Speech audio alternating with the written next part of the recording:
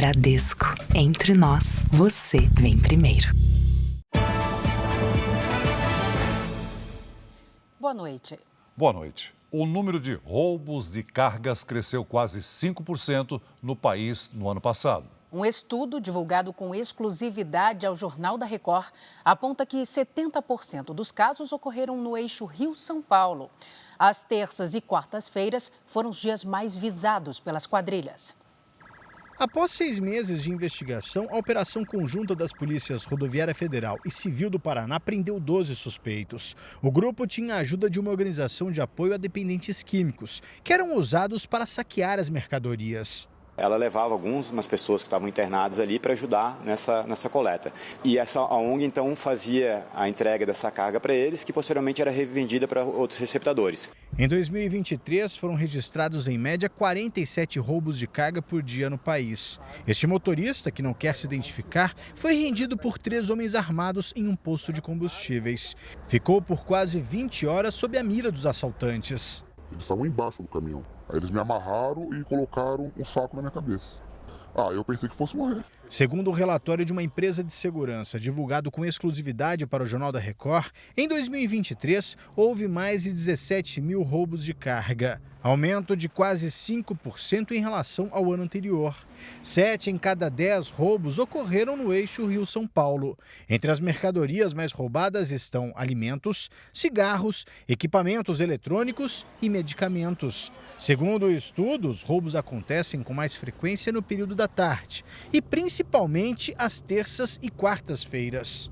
Esse tipo de crime, ele afeta no final a competitividade do país, porque ele entrega para o país uma condição em que fica mais caro para produzir, mais caro para transportar, mais caro para entregar. Toda a frota dessa transportadora é monitorada aqui desta sala, que fica na sede da empresa em São Paulo. São cerca de 800 câmeras instaladas em caminhões que rodam por todo o país. Um investimento que passa de 100 milhões de reais e tem dado resultado. Em 2 anos, nenhuma carga desta empresa foi roubada. Nós fechamos parte de tecnologia, pessoas, investir em treinamento, capacitação. Alguns caminhões chegam a ter até 5 câmeras. Nessas imagens é possível ver o momento em que os criminosos se aproximam. Eles usam um outro caminhão para fazer a abordagem. O motorista é obrigado a parar no acostamento. Um homem sobe na lateral da porta, agride o motorista e força o caminhoneiro a sair da estrada. É esse tipo de violência que preocupa quem precisa se arriscar pelas estradas do país. A gente trabalha porque precisa, lógico. Mas a gente está à mercê dos bandidos. Veja agora outros destaques do dia. Bolsonaro, ex-ministros, militares e aliados são alvos de operação da PF, que investiga tentativa de golpe. Ex-presidente está impedido de deixar o Brasil. Valdemar Costa Neto é preso durante a operação por posse ilegal de arma.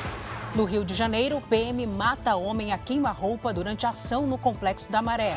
Governo de São Paulo oferece R$50 mil por informações do assassino de soldado da Rota. À espera do novo técnico, Corinthians liga alerta após 5ª derrota seguida no Paulistão.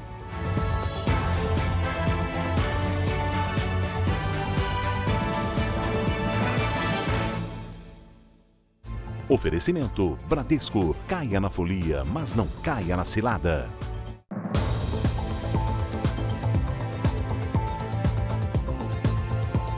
Um manifestante foi morto hoje com um tiro a queima-roupa disparado por um policial militar no Rio de Janeiro. O caso aconteceu durante um protesto que pedia o fim de uma operação no Complexo da Maré, na zona norte da cidade. As imagens do protesto foram gravadas por um dos moradores do Complexo da Maré. Um policial militar movimenta o fuzil na direção de um dos manifestantes e dispara. O flagrante também foi registrado por outro ângulo. O homem, que depois cai no chão, foi identificado como Jefferson de Araújo Costa. Ele chegou a ser socorrido por outros moradores, mas morreu a caminho do hospital. Nós pedindo para chamar a ambulância, eles não chamaram, pegaram o carro e foram para o outro lado da rua, para ficar bem distante da cena do crime que eles fez, né? A manifestação contra a presença da polícia na comunidade aconteceu às margens da Avenida Brasil, uma das mais importantes do Rio de Janeiro. Em nota, a Polícia Militar informou que durante a ação, o fuzil do agente disparou e atingiu um manifestante. O PM, que não teve o nome revelado, se apresentou na Delegacia de Homicídios e já foi liberado. Ele estava com a câmera corporal acoplada ao uniforme e as imagens serão analisadas. A conduta também será investigada pela Corregedoria da Corporação. Mais cedo, houve intenso tiroteio no Complexo da Maré.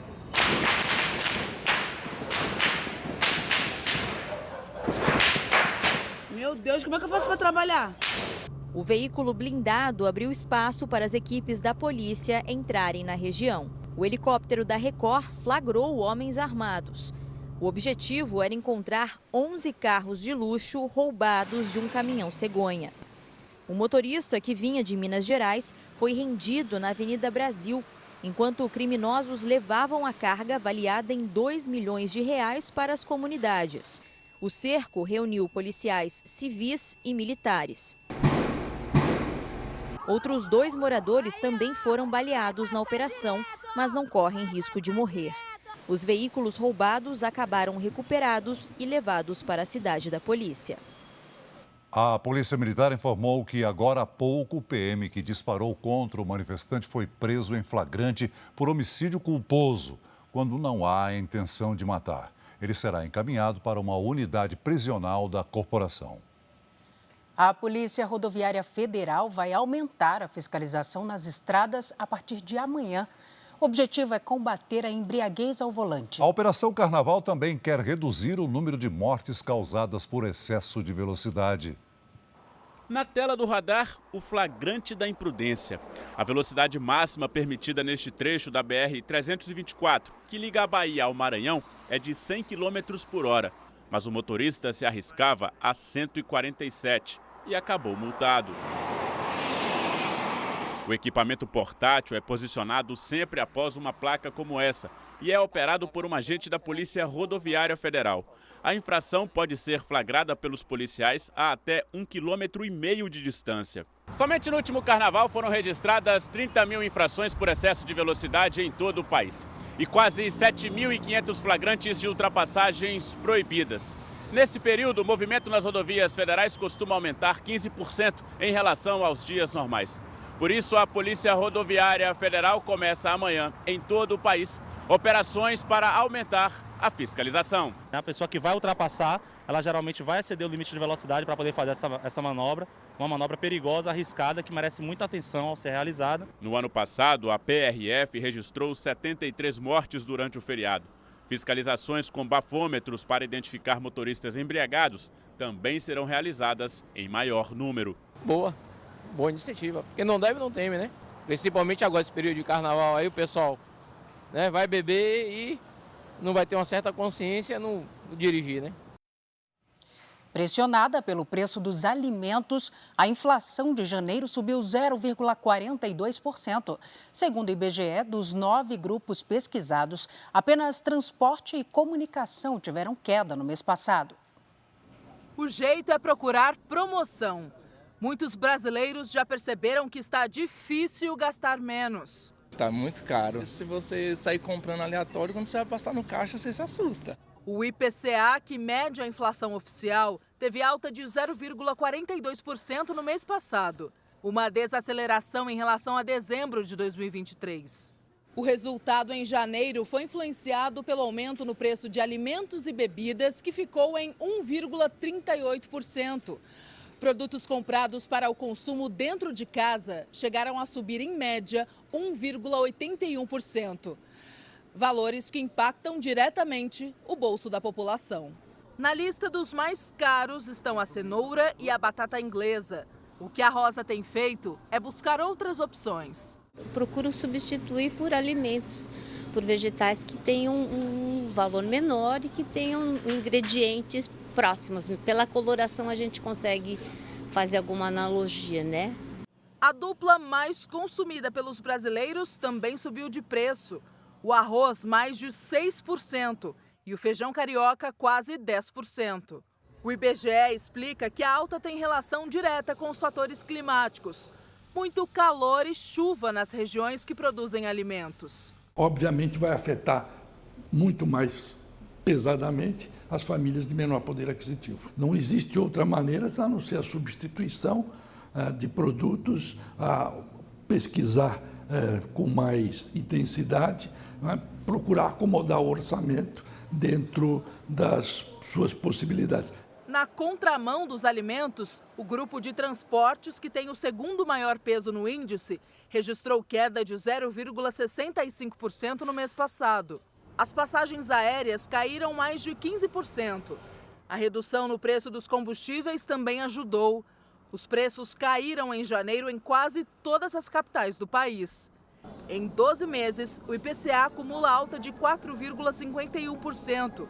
A meta de inflação para este ano é de 3%, com tolerância de 1,5 ponto percentual para mais ou para menos. A vacinação contra a dengue vai começar amanhã no Brasil pelo Distrito Federal. Hoje, o Ministério da Saúde revisou para baixo o número de mortes em todo o país. 53 pessoas morreram pela doença desde o começo do ano. Uma morte que havia sido contabilizada em Minas Gerais foi retirada do levantamento. Segundo o Ministério da Saúde, 53 pessoas morreram no país. As vítimas estavam em Minas Gerais, no Paraná, no Distrito Federal, em São Paulo, Santa Catarina, Goiás, Rio de Janeiro, Rio Grande do Sul, Mato Grosso, Amapá, Bahia e Espírito Santo. Hoje foi confirmada a primeira morte na cidade de São Paulo. Um idoso de 76 anos foi internado e não resistiu. Em todo o Brasil, já foram notificados mais de 395 mil casos prováveis. Diante da gravidade da situação, as vacinas Qdenga começaram a ser distribuídas pelo Ministério da Saúde aos estados. O Distrito Federal já recebeu quase 72 mil doses e anunciou que vai começar a aplicá-las amanhã de manhã, sem necessidade de agendamento.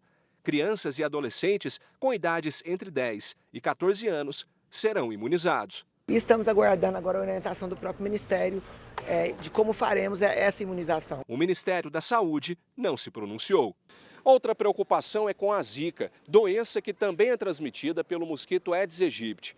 Em Goiás, só no mês de janeiro, os casos confirmados correspondem a quase a metade de tudo que foi registrado em 2023.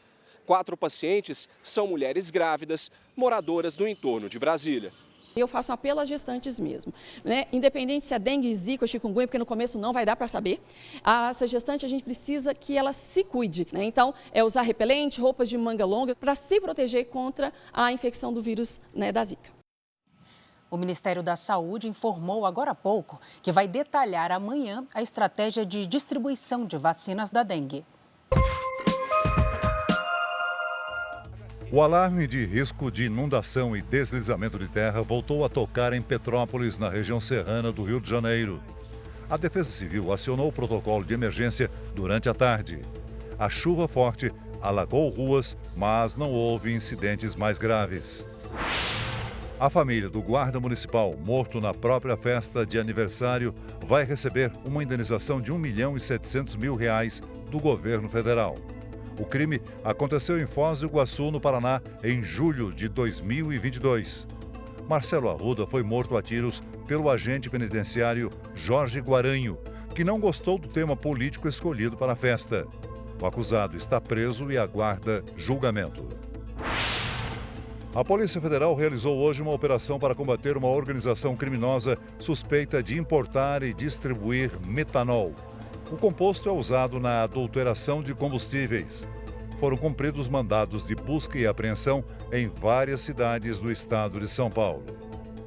A Polícia Federal realizou hoje uma operação contra o ex-presidente Jair Bolsonaro e aliados dele. O Bolsonaro teve o passaporte apreendido. A PF investiga o envolvimento do grupo em uma tentativa de golpe de Estado. Valdemar Costa Neto, presidente do PL, partido de Bolsonaro, foi preso por porte ilegal de arma de fogo. A operação da Polícia Federal, batizada de Tempus Veritatis, que significa Hora da Verdade em latim, mirou alvos em 9 estados e no Distrito Federal. A PF esteve nas casas do ex-presidente Jair Bolsonaro, em Angra dos Reis, Litoral Fluminense, do ex-ministro da Justiça Anderson Torres, em Brasília, e do ex-ministro do Gabinete de Segurança Institucional, General Augusto Heleno, também na capital federal. Os policiais estiveram ainda na sede do Partido Liberal em Brasília, onde encontraram um rascunho de uma proposta de golpe de Estado na sala de Jair Bolsonaro. Em uma rede social, o advogado de Bolsonaro, Fábio Weingarten, disse que o padrão do documento não condiz com as tradicionais e reconhecidas falas e frases do presidente e que não tem limite à vontade de tentar trazer o presidente Bolsonaro para um cenário político que ele jamais concordou. No total, foram cumpridos 33 mandados de busca e apreensão e 4 mandados de prisão preventiva. Há ainda medidas cautelares, como a proibição de contato entre os investigados. A operação foi autorizada pelo ministro Alexandre de Moraes, do Supremo Tribunal Federal. De acordo com as investigações, o grupo ligado ao ex-presidente Jair Bolsonaro se dividiu em núcleos de atuação para disseminar informações falsas de fraude nas eleições presidenciais de 2022, na tentativa de justificar uma intervenção militar no país. A partir de agora, Jair Bolsonaro não pode sair do Brasil e nem manter contato com investigados. O ex-presidente disse que não estava com passaporte e a defesa dele entregou o documento aqui em Brasília no fim da manhã. Por telefone, Bolsonaro me disse também, sem citar o nome do ministro Alexandre de Moraes, abre aspas, o cara quer justificar que houve tentativa de golpe no país, fecha aspas. Entre os presos estão Felipe Martins, ex-assessor internacional de Bolsonaro, Marcelo Câmara, assessor do ex-presidente, e o major Rafael Martins, das Forças Especiais do Exército. O coronel Bernardo Romão Correia Neto, alvo de mandado de prisão, ainda não foi detido porque está nos Estados Unidos. A Polícia Federal comunicou o Exército para que ele volte ao Brasil. O presidente do Partido Liberal, Valdemar Costa Neto, foi preso em flagrante por porte ilegal de arma. Ele era alvo apenas de busca e apreensão, mas os agentes encontraram uma arma sem registro na casa dele. Também foram apreendidas pepitas de ouro. Em nota, o Partido Liberal disse que Valdemar conta com apoio incondicional e confiança irrestrita e que todas as questões serão devidamente esclarecidas. Entre os principais alvos de buscas estão General Braga Neto, ex-ministro da Defesa e candidato a vice de Bolsonaro em 2022, General Augusto Heleno, ex-ministro do Gabinete de Segurança Institucional, General Paulo Sérgio Nogueira, ex-comandante do Exército e ex-ministro da Defesa, Almirante Almir Garnier Santos, ex-comandante da Marinha, General Estevão Teófilo Gaspar de Oliveira, ex-chefe do Comando de Operações Terrestres do Exército, Anderson Torres, ex-ministro da Justiça, e Tércio Tomás, ex-assessor da Presidência da República. De acordo com as investigações, se confirmadas as suspeitas, os envolvidos podem responder pelos crimes de organização criminosa, abolição violenta do Estado Democrático de Direito e golpe de Estado.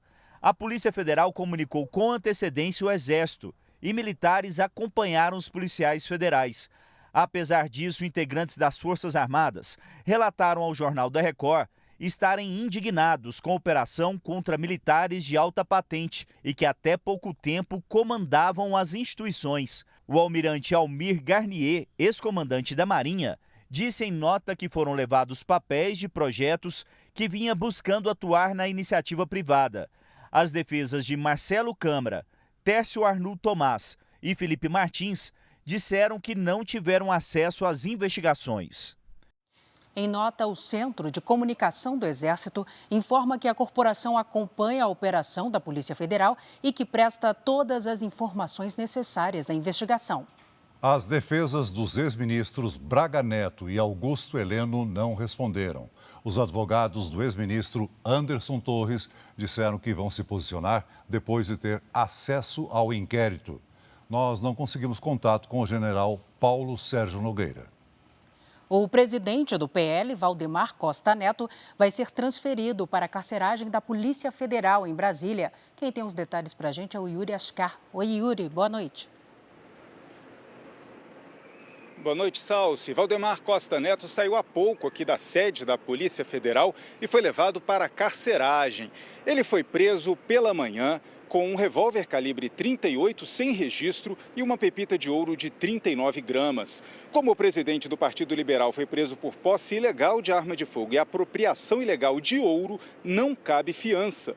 Por isso, ele foi levado para a carceragem da PF. A perícia vai fazer um teste para saber a origem do ouro. O flagrante foi feito enquanto policiais cumpriam o mandado de busca e apreensão na casa de Valdemar Costa Neto, aqui em Brasília, na operação que investiga um suposto plano de golpe de Estado.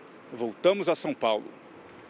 Obrigada, Yuri. Ainda em Brasília, agora a gente faz contato com Luiz Fara Monteiro para entender melhor essa operação da Polícia Federal. Oi, Fara, boa noite. Oi, Celso. Boa noite para você, ao Celso e a todos que acompanham o JR. A operação foi autorizada com base na delação do ex-ajudante de ordens de Jair Bolsonaro, Mauro Cid, e nas informações dos inquéritos que investigam as milícias digitais e os atos antidemocráticos. Os relatórios da Polícia Federal mostram que os investigados teriam tramado um golpe de Estado com a prisão de ministros do Supremo Tribunal Federal e outras autoridades. A investigação da Polícia Federal descobriu a existência de uma minuta golpista, com os detalhes do plano para manter Jair Bolsonaro na presidência da República. Segundo a decisão do ministro Alexandre de Moraes, que autorizou as operações, os elementos fornecidos pelo acordo de colaboração de Mauro Cid demonstram que o ex-assessor Felipe Martins levou ao então presidente Jair Bolsonaro, em novembro de 2022, um documento que detalhava diversas medidas do plano e decretava a prisão de diversas autoridades, entre elas os ministros do Supremo Tribunal Federal, Alexandre de Moraes e Gilmar Mendes, além do presidente do Senado, Rodrigo Pacheco. Bolsonaro teria pedido para retirar os nomes de Gilmar Mendes e Rodrigo Pacheco e para manter Moraes na lista de prisões. O documento afirma que Jair Bolsonaro teria concordado com os termos ajustados e convocado uma reunião com os comandantes das forças militares para apresentar a minuta e pressioná-los a aderirem ao golpe de Estado. O relatório revela ainda que o grupo monitorava os passos de Moraes. A equipe de investigação comparou os voos realizados pelo ministro entre 14 e 31 de dezembro de 2022. A análise dos dados confirmou que o ministro Alexandre de Moraes foi monitorado pelos investigados, demonstrando que os atos relacionados à tentativa de golpe de Estado e abolição do Estado Democrático de Direito estavam em execução. Moraes recebeu o codinome de professora em conversas entre Mauro Cid e outro ex-assessor de Bolsonaro, Marcelo Costa Câmara. Em uma delas, Cid pergunta a Marcelo, onde está a professora? Marcelo responde, está em São Paulo, volta dia 31 para a posse. Cid quer saber se Moraes estava no interior ou na capital do estado. Marcelo então diz, na residência em São Paulo, eu não sei onde fica. Segundo a Polícia Federal, os investigados se uniram para disseminar notícias falsas contra o sistema eleitoral brasileiro, com o objetivo de criar condições para uma intervenção militar. O suposto plano seria prender o ministro Alexandre de Moraes, também presidente do Tribunal Superior Eleitoral, sob acusação de interferir na eleição presidencial. A prisão ocorreria na casa dele em São Paulo, em 18 de dezembro de 2022, como forma de dar início ao golpe de Estado.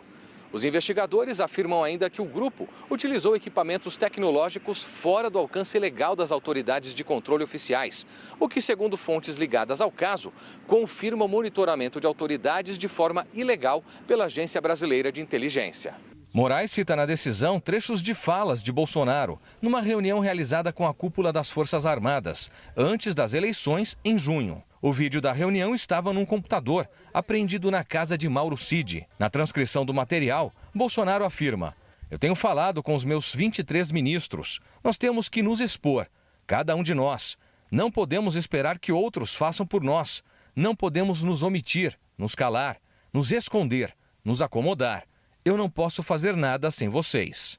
Durante a mesma reunião, o então ministro do Gabinete de Segurança Institucional, general Augusto Heleno, destaca, segundo a Polícia Federal, a necessidade dos órgãos de governo atuarem para garantir a vitória de Jair Bolsonaro nas eleições a qualquer custo.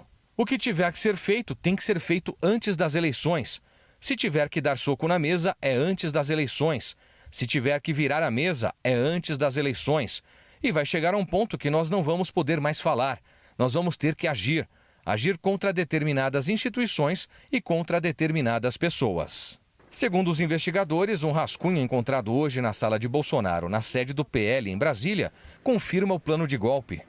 Afinal, diante de todo exposto e para assegurar a necessária restauração do Estado democrático de direito no Brasil, jogando de forma incondicional dentro das 4 linhas, com base em disposições expressas da Constituição Federal de 1988, declara o estado de sítio e, como ato contínuo, declara operação de garantia da lei e da ordem. Bolsonaro se refere ao estado de sítio como medida extrema, que daria ao governo federal autoridade acima dos poderes legislativo e judiciário para decretar a intervenção. A PF descobriu ainda que o Partido Liberal teria sido usado para financiar narrativas de apoio de ataques às urnas.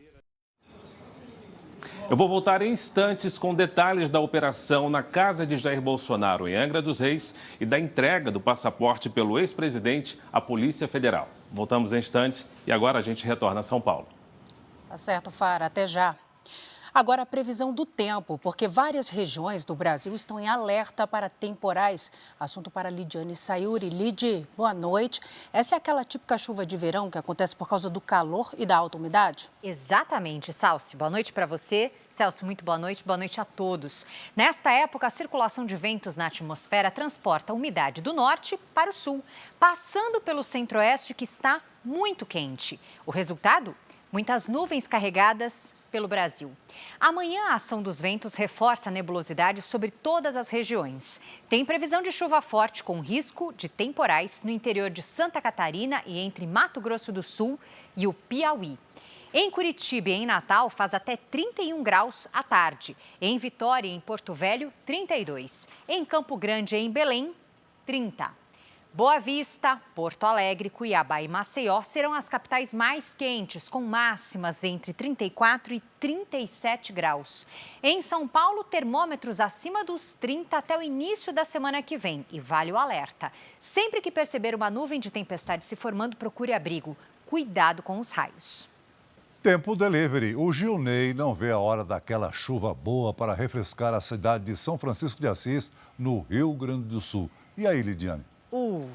Ginei, seguinte, previsão de chuva tem, mas nada que refresque, tá? O tempo fica abafado. Essa chuva não será demorada, mas pode ser forte. Nesta sexta, faz até 35 graus. Agora é a vez da Dulce de Pinheiro, no Maranhão. Ela faz aniversário no domingo. Opa, tem festa aí. Dulce, seguinte, a sua comemoração pode ter pancadas de chuva a qualquer hora. Isso vale para todo o fim de semana.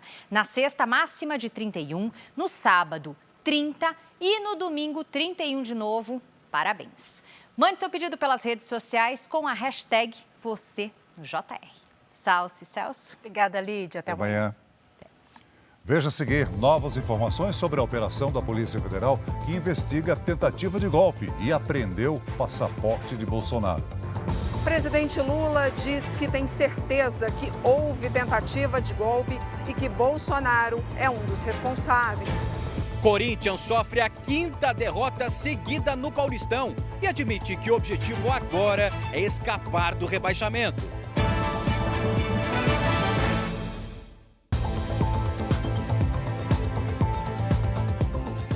O ex-presidente Jair Bolsonaro entregou o passaporte à Polícia Federal e está impedido de deixar o país. Bolsonaro está em Angra dos Reis e acompanhou do litoral sul do Rio de Janeiro a repercussão das ações da operação da Polícia Federal. Os agentes estiveram na casa do ex-presidente no início do dia, em Angra dos Reis, para recolher o passaporte. Mas o documento estava na sede do Partido Liberal, em Brasília, e foi entregue à Polícia Federal. A medida faz parte da decisão do ministro Alexandre de Moraes, que analisa uma suposta tentativa de golpe de Estado.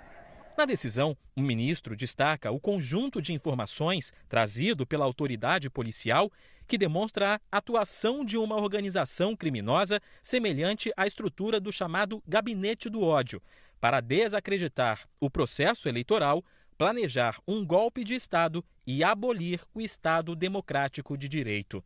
Os investigadores citam como exemplo um encontro de Bolsonaro com outras autoridades do governo no dia 5 de julho de 2022. A reunião, segundo a Polícia Federal, também teve como finalidade cobrar dos presentes conduta ativa na promoção da ilegal desinformação e ataques à justiça eleitoral.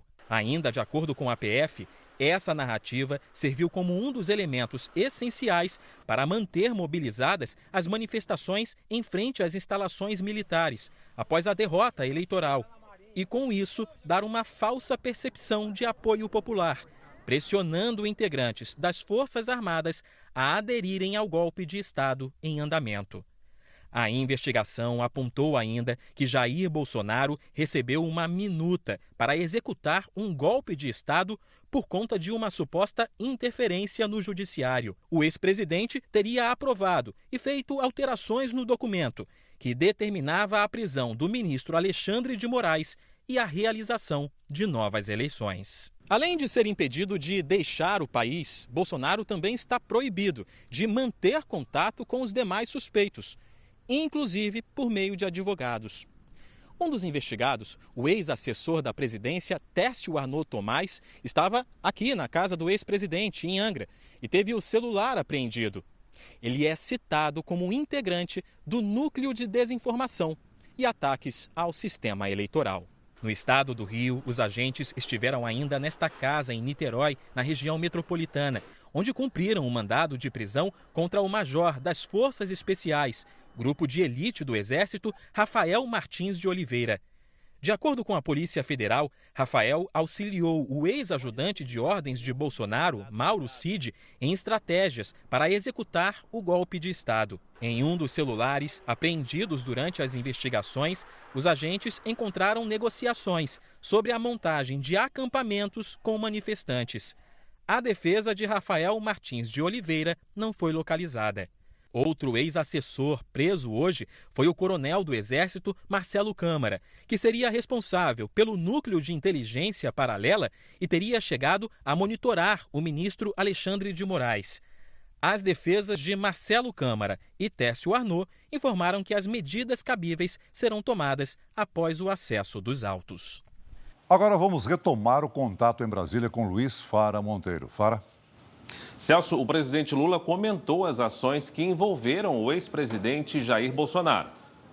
Em entrevista a uma rádio mineira, o presidente Lula defendeu a presunção de inocência de Jair Bolsonaro e que ninguém é considerado culpado antes do julgamento, mas afirmou que não tem dúvidas de que houve uma tentativa de golpe e que o ex-presidente foi um dos responsáveis. Eu acho que não teria acontecido sem ele.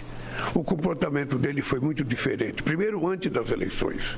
Ele passou o tempo inteiro mentindo sobre as eleições, mentindo sobre as urnas, criando suspeição de uma urna que foi responsável pela eleição dele em 2018. As pessoas precisam aprender. Eleição democrática, a gente perde e a gente ganha. O cidadão que estava no governo não estava preparado para ganhar, não estava preparado para perder, não estava preparado para sair. Ele deve ter participado da construção dessa tentativa de golpe. Então vamos esperar as investigações. Aqui no Palácio do Planalto não houve repercussão pública sobre a operação da Polícia Federal. Nos bastidores, o que se diz é que a operação foi bem recebida pelo governo, mas que a ordem é não fazer qualquer alarde. Segundo ministros próximos ao presidente, é preciso avaliar com calma como a operação vai refletir na governabilidade e se haverá algum impacto na relação com o Congresso, principalmente com o presidente da Câmara. Lula foi questionado sobre o discurso duro de Arthur Lira na abertura do ano legislativo, quando cobrou o cumprimento dos acordos fechados entre o Planalto e a Câmara. Lira está insatisfeito com o corte de 5 bilhões e 600 milhões de reais nas emendas parlamentares. Eu devo conversar com o presidente Lira por esses dias e ver o que está acontecendo. Nós estamos chegando no carnaval, não é momento de discurso duro, sabe? Momento de alegria, momento da gente relaxar um pouco, sabe? Dançar, gastar um pouco de energia e voltar mais calmo depois do carnaval. É isso que eu espero, sabe? De mim, do Lira, do Pacheco e da classe política brasileira. Lula argumentou que os cortes nas emendas foram feitos para equilibrar o orçamento, mas disse que não está preocupado com a meta de déficit zero. Se der para fazer superávit zero, ótimo. Se não der, ótimo também. É fazer a economia crescer. Quanto mais a economia crescer, mais vai diminuir a distância da dívida. É isso que nós precisamos fazer. Eu fico por aqui e você segue com o JR direto do estúdio em São Paulo. Celso. Obrigado, Fara. O presidente Lula anunciou hoje, em Minas Gerais, a liberação de verbas do novo PAC, o Programa de Aceleração do Crescimento. Lula e 10 ministros foram recebidos pelo governador Romeu Zema, do Partido Novo. Zema, que havia pedido um encontro com o presidente, entregou um documento com demandas do Estado para Lula. Foi a primeira visita de Lula a Minas Gerais neste terceiro mandato. O presidente anunciou investimentos de mais de 121 bilhões de reais em programas do governo federal e em obras no estado. O papel do presidente da República não é ficar preocupado a que partido pertence o governador, mas é ficar preocupado com o povo do estado que elegeu o seu governador. As obras, a geração de emprego e os investimentos não têm ideologia. O benefício é para todos. Entre as prioridades estão a duplicação da BR-381, conhecida como Rodovia da Morte, e a implantação de 8 novos institutos federais de educação. Presente no evento, o presidente do Senado, Rodrigo Pacheco, não comentou diretamente a operação de hoje da Polícia Federal, mas defendeu a democracia. Nós devemos, de fato, um reconhecimento no Brasil, um reconhecimento àqueles que lutaram pela democracia, cada qual ao seu modo, cada qual com o seu caminho. E daqui a pouco a repercussão internacional da operação da PF sobre a tentativa de golpe no Brasil. Paulistão. A primeira fase do campeonato chegou à metade e tem time grande passando sufoco. O Bruno Lohans já está aqui com a gente com os detalhes da rodada. Bruno, boa noite para você. Boa noite. Existe mesmo esse risco do Corinthians ser rebaixado? Olha, tempo para se recuperar tem. Boa noite, Celso. Boa noite, Salsi. Ainda faltam 6 jogos, mas o desempenho da equipe até aqui não sugere coisas muito boas. Ontem, por exemplo, a equipe perdeu a 5ª partida consecutiva, dessa vez para o Santos. No futebol, tudo muda muito rápido. 2 meses atrás, o Santos caía para a 2ª divisão do Campeonato Brasileiro. E o Ranieri, do Corinthians, fez questão de provocar os rivais ao sair de campo. Mas agora, o santista ri à toa e o corintiano está preocupado. Com Neymar na torcida, o Santos venceu o clássico por 1-0, gol de João Schmidt. Cássio sofreu o 8º gol no Paulistão. Nenhum goleiro levou mais gols que ele. Infelizmente não é o momento que a gente quer passar, mas tem que continuar trabalhando, tem que ter força, trabalhar. É difícil. O Corinthians chegou a 5 derrotas seguidas, o que não acontecia há 16 anos. Aliás, a última vez que uma sequência como essa aconteceu foi justamente quando o time foi rebaixado no Campeonato Brasileiro de 2007. Se um mês atrás a diretoria sonhava alto, agora ninguém mais nega qual é o objetivo nesse Paulistão. A gente não pode enganar o nosso torcedor, né? Chegar aqui e falar que nós estamos pensando em título. Hoje a realidade nossa é tirar o Corinthians da zona do rebaixamento. Simples assim. A diretoria espera contar o quanto antes com o técnico português Antônio Oliveira. Mas primeiro precisa fechar um acordo para o pagamento da rescisão do contrato com o Mano Menezes. O jogo de domingo contra a Portuguesa se transformou num confronto direto na luta contra o rebaixamento. Na classificação geral, o Timão ocupa a penúltima colocação no Paulistão. Os torcedores dos outros times se divertem com essa situação do Corinthians, mas quem não se diverte é o verdadeiro torcedor corintiano, que está abatido e revoltado com a situação do time. Na partida que a Record transmitiu, o São Paulo manteve o embalo e derrotou o Água Santa. Tudo é festa para o São Paulino. Invencibilidade. Taça da Supercopa em cima do Palmeiras. Fim do jejum na casa do Corinthians. E liderança folgada do Grupo D do Paulistão.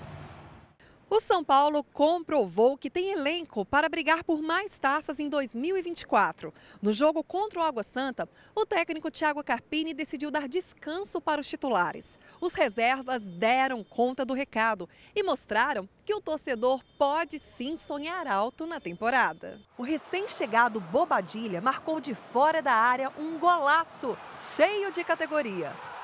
Quando a fase é boa, nem gol de pênalti o São Paulo sofre. Bruno Mezenga bateu por cima. O lateral direito Moreira, de 19 anos, teve a responsabilidade de substituir o consagrado Rafinha, que tem o dobro da idade dele. E o garoto não decepcionou. Seguro, deu uma boa assistência para Juan ampliar de cabeça. Preparei para esse momento, então é um momento feliz, mas continuar trabalhando, serve de motivação. Acho que isso é o mais importante. Alan Franco fechou o placar 3-0. Enquanto alguns ganham espaço, outro jogador vai mesmo sair. O colombiano James Rodrigues terá o contrato rescindido de forma amigável e deve partir para o futebol dos Estados Unidos.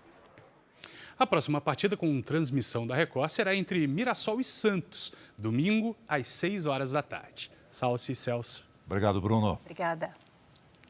Veja a seguir, governo de São Paulo oferece recompensa de R$50 mil por informações sobre assassino de policial. Novo acordo de cessar-fogo entre Israel e o grupo terrorista Hamas é negociado no Egito.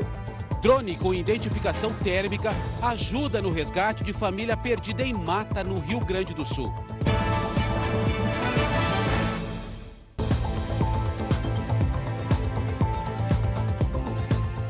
O governo de São Paulo anunciou uma recompensa de R$50 mil para quem fizer uma denúncia que leve à prisão do homem apontado como assassino de um policial militar. Em menos de 40 dias, o número de policiais mortos já superou o registrado todo o primeiro trimestre de 2023.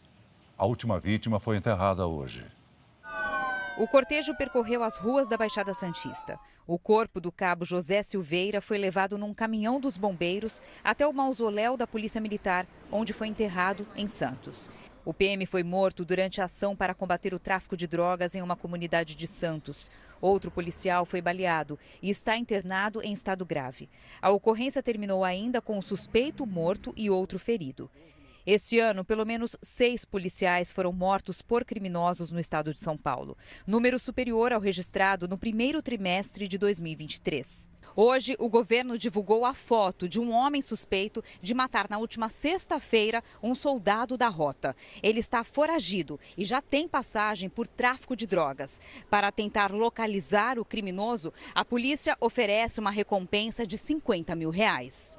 O procurado é Kaique Coutinho do Nascimento, conhecido como Chip. Tem 21 anos. As denúncias podem ser feitas pelo telefone 181 ou pela internet. Hoje, a polícia também prendeu uma mulher acusada de lavar dinheiro da principal facção criminosa do país. O governo diz que a região está segura para os turistas e moradores. O que eu garanto e afirmo é que nós estamos fazendo de tudo para combater o crime organizado de maneira inteligente e proteger as pessoas que vêm passar o feriado aqui. Depois de acompanhar aqui no Jornal da Record a prisão de uma falsa biomédica, uma vítima de estelionato procurou a polícia para denunciar que a suspeita usou os dados pessoais dela para aplicar golpes. Foi ao tentar pagar uma conta e não conseguir que Débora descobriu que tinha algo errado. Liguei no banco e descobri que era um processo judicial que estava correndo e o juiz colocou lá que eu tinha que estava tudo bloqueado no meu nome. Esse foi o início de uma série de descobertas desagradáveis. Nos últimos 2 anos, alguém com o mesmo nome dela fez operações fraudulentas com empréstimos e até locação de imóveis. O tempo todo eu tendo que provar que eu sou eu, que eu não sou estelionatária, que eu não fiz nada.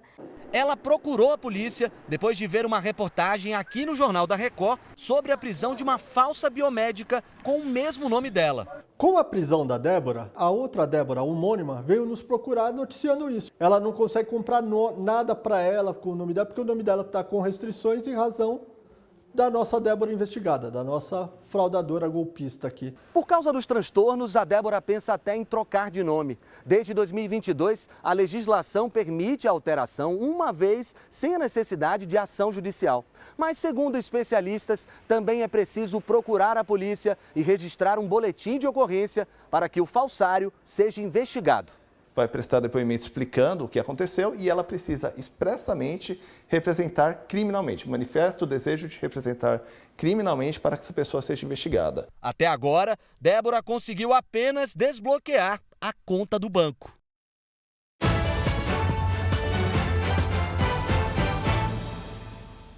A Suprema Corte americana iniciou o processo para analisar se Donald Trump pode participar das primárias no estado do Colorado. Hoje, as prévias que vão escolher o candidato republicano à presidência foram no estado de Nevada. Na convenção fechada desta noite, chamada de caucus, só votam os eleitores registrados no Partido Republicano. O ex-presidente será o único nome nas cédulas. A adversária Nikki Haley optou pela primária organizada na terça-feira e perdeu para a opção nenhum dos candidatos. A votação em Nevada deve marcar a terceira vitória seguida de Trump nas prévias republicanas. O ex-presidente fez campanha aqui em Las Vegas no mês passado e deve voltar nesta noite para comemorar com os apoiadores. Mas ao mesmo tempo em que é o candidato favorito do partido, Trump enfrenta 91 acusações criminais em 4 processos e hoje foi um dia decisivo. Trump está impedido de participar das primárias no mês que vem no Colorado, um importante reduto eleitoral. O argumento dos juízes do estado tem como base a 14ª emenda da Constituição americana, que desqualifica candidatos que tenham participado de insurreições ou rebeliões. O ex-presidente é acusado de promover os ataques ao Congresso americano em 2021, durante a troca de governo, o que ele nega. Os juízes da Suprema Corte vão decidir se Trump participou da insurreição e se a candidatura dele deve ser anulada. Mas, segundo a imprensa americana, a Suprema Corte sinalizou que vai apoiar o ex-presidente. Trump não participa da sessão na Suprema Corte, mas em entrevista coletiva disse que a democracia do país precisa ser mantida, já que milhões de eleitores querem votar nele. Um novo acordo de cessar-fogo entre Israel e os terroristas do Hamas começou a ser negociado hoje, no Egito. A guerra entrou no 5º mês com o início de uma nova rodada de negociações de trégua. O Egito é um dos países que atuam para promover o acordo juntamente com o Catar e os Estados Unidos. As autoridades acreditam que a negociação aconteça por pelo menos mais 10 dias. Os termos incluem uma pausa na guerra para a retirada de reféns que ainda estão em poder de terroristas na faixa de Gaza. Este homem teve 2 filhos levados pelo Hamas e diz que a cada dia a angústia aumenta. Ele pede que os reféns sejam libertados o quanto antes. Também hoje, o secretário de Estado americano Antony Blinken encontrou 2 ministros israelenses que integram o gabinete de emergência montado depois dos ataques contra o país em outubro. Blinken acredita no avanço das negociações. Hoje, Israel intensificou as operações de combate ao terrorismo na cidade de Rafah, em Gaza. A ação aconteceu um dia depois do premier Benjamin Netanyahu recusar o acordo proposto pelo Hamas. No Iraque, os Estados Unidos combatem o grupo terrorista Kataib Hezbollah, que apoia o Hamas e é financiado pelo Irã. Um comandante do grupo e 2 militantes morreram dentro de um carro durante um ataque com drone. Segundo os Estados Unidos, foi uma retaliação a um bombardeio contra uma base americana na Jordânia, que deixou 3 soldados mortos em janeiro. O Chile anunciou hoje a liberação de uma ajuda financeira para os sobreviventes dos incêndios florestais. Os enviados especiais Marcos Reis e Cleiton Oliveira mostram como os moradores estão se reerguendo depois de perderem tudo. Os helicópteros sobrevoam a região de Vinha del Mar carregados com água para apagar pequenos focos. Nas áreas atingidas, voluntários trabalham sem parar na limpeza das casas destruídas e para levar ajuda a todos que precisam. Esta escola pública se transformou em um centro de arrecadação. Os voluntários estão tentando organizar todas as ajudas que chegam aqui dentro da escola. Por isso, cada uma das salas de aula se transformou em depósito para essas mercadorias. Ao fundo fica a parte da comida, aqui também tem roupa, utensílios de limpeza e o prédio maior aqui ao fundo é para água, o produto que é mais necessário nesse momento. Beatriz viajou mais de 4 horas de estrada para doar comida e roupa. Vimos muito sofrimento entre as pessoas que perderam tudo. E ver isso de braços cruzados é muito doloroso para todos, conta a chilena. É muito doloroso para todos. Do lado de fora, as vítimas enfrentam uma longa fila para garantir uma cesta com alimentos. Jocely, mãe de 3 filhas, esperou por mais de 3 horas. É terrível, principalmente quando as crianças pedem alguma coisa, afirma a sobrevivente. O governo do Chile anunciou que 2.000 famílias devem receber, nesta sexta-feira, o primeiro benefício para a recuperação das casas queimadas. O valor vai ser o equivalente a quase R$8.000. O Ministério Público e as Forças Armadas do país confirmaram que o início do incêndio em Valparaíso foi criminoso. Mas até o momento, nenhum suspeito foi preso. Aqui no Brasil, os bombeiros do Rio Grande do Sul usaram um drone para conseguir localizar uma família que estava perdida numa trilha em Porto Alegre. O equipamento possui uma câmera com um sensor de calor que foi fundamental para o resgate. O que era para ser uma aventura se transformou em angústia. Jeremias e Miriam são irmãos. Pedro, de 3 anos, é filho dela. Eles saíram de casa para fazer uma trilha no Morro Santana, em Porto Alegre. A região é famosa pelas trilhas, mas havia interdições por causa dos temporais dos últimos dias. Eles resolveram seguir por uma rota alternativa e se perderam. Cada vez que a gente tentava se achar o caminho de volta, a gente não conseguia. Daí a gente se sentou e daí o Jeremias quer que a gente ligue para os bombeiros, tudo bem. Começava ali uma operação de resgate. Um helicóptero e um drone ajudaram nas buscas. O drone utilizado pelo Corpo de Bombeiros foi recebido há cerca de 2 semanas. O equipamento possui uma câmera de identificação térmica usada para encontrar sinais de vida. Se há calor no meio da mata, por exemplo, é possível identificar. Um sinal sonoro auxilia na orientação. Esse drone nos possibilita a entrar na área, em mata, e verificar o que tem dentro.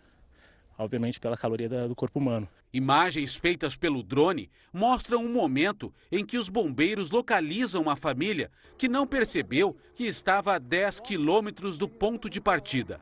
O operador do drone, ele chegou até o local, fez o sobrevoo, localizou as vítimas e posteriormente ele acionou os nossos 2 militares que estavam em solo. A família enviou um vídeo para agradecer os militares. E aí, meus heróis, só queria agradecer a vocês por terem nos salvado aquele dia. É muito gratificante para a gente ter esse reconhecimento da população e é o nosso melhor pagamento, vamos assim dizer, né? Que a gente sempre faz com muito amor, com certeza.